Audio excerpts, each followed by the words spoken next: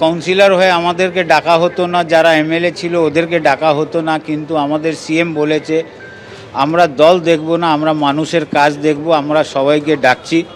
আর দেখছি অনেক জায়গা অনেকরাই আসছে, তো এটা ভালো ভালো মানুষের জন্যে, কাজের জন্যে। যদি কেউ না আসতে পারে, আমি তো কাল থেকে দেখছি অনেক কাউন্সিলরের শরীর খারাপ আছে, কাল থেকে দেখছি, তা হতে পারে। আমরা এসছি, আমরা কাজের জন্য আছি, কাজেরতেই মানুষের কাজ করতে পারি, এটাই আজকে বৈঠক করে যা যা ইনস্ট্রাকশন হবে আমরা ওইটার কাজে লাগবে। এবার কলকাতা পুরসভায় প্রশাসক বসানো হলো। বিধাননগরের পর কলকাতা পুরসভায় প্রশাসক বসানো হলো। পুর কমিশনার প্রশাসকের ভূমিকা পালন করবেন। আমি আরো বিস্তারিত এই নিয়ে জানবো। অর্ণব মুখোপাধ্যায় আমাদের প্রতিনিধি রয়েছেন। অর্ণব, দেখো, রাজ্য সরকারের তরফ থেকে নোটিফিকেশন জারি হয়েছে এবং তাতে কিন্তু কলকাতা পুরসভা ডিসলভ করা হয়েছে। তার পাশাপাশি পুর প্রশাসক নিয়োগ করা হয়েছে। স্মিতা পান্ডে, যিনি হচ্ছেন মিউনিসিপ্যাল কমিশনার, তাকে কিন্তু পুর প্রশাসক নিয়োগ করা হয়েছে।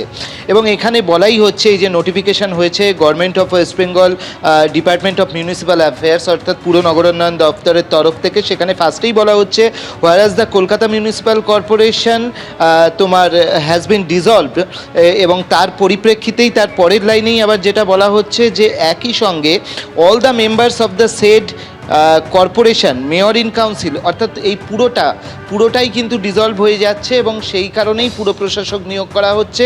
এবং যে পুর প্রশাসক কিন্তু তিনি হচ্ছেন, লাস্ট লাইনে ব্যাখ্যাও করে দেওয়া হচ্ছে যে তিনি হচ্ছেন 6 মাসের মধ্যে নির্বাচিত কোনো একটা বোর্ড আসবে অথবা তিনি 6 মাস অবধি থাকবেন, সেটা যেটা সব থেকে কম সময় হবে ততদিন অবধি তিনি পুর প্রশাসন সামলাবেন। ধন্যবাদ। পুর প্রশাসন পালাবদলের পর ফের কেন্দ্রীয় 2 প্রকল্পে বিপুল বরাদ্দ পেল রাজ্য।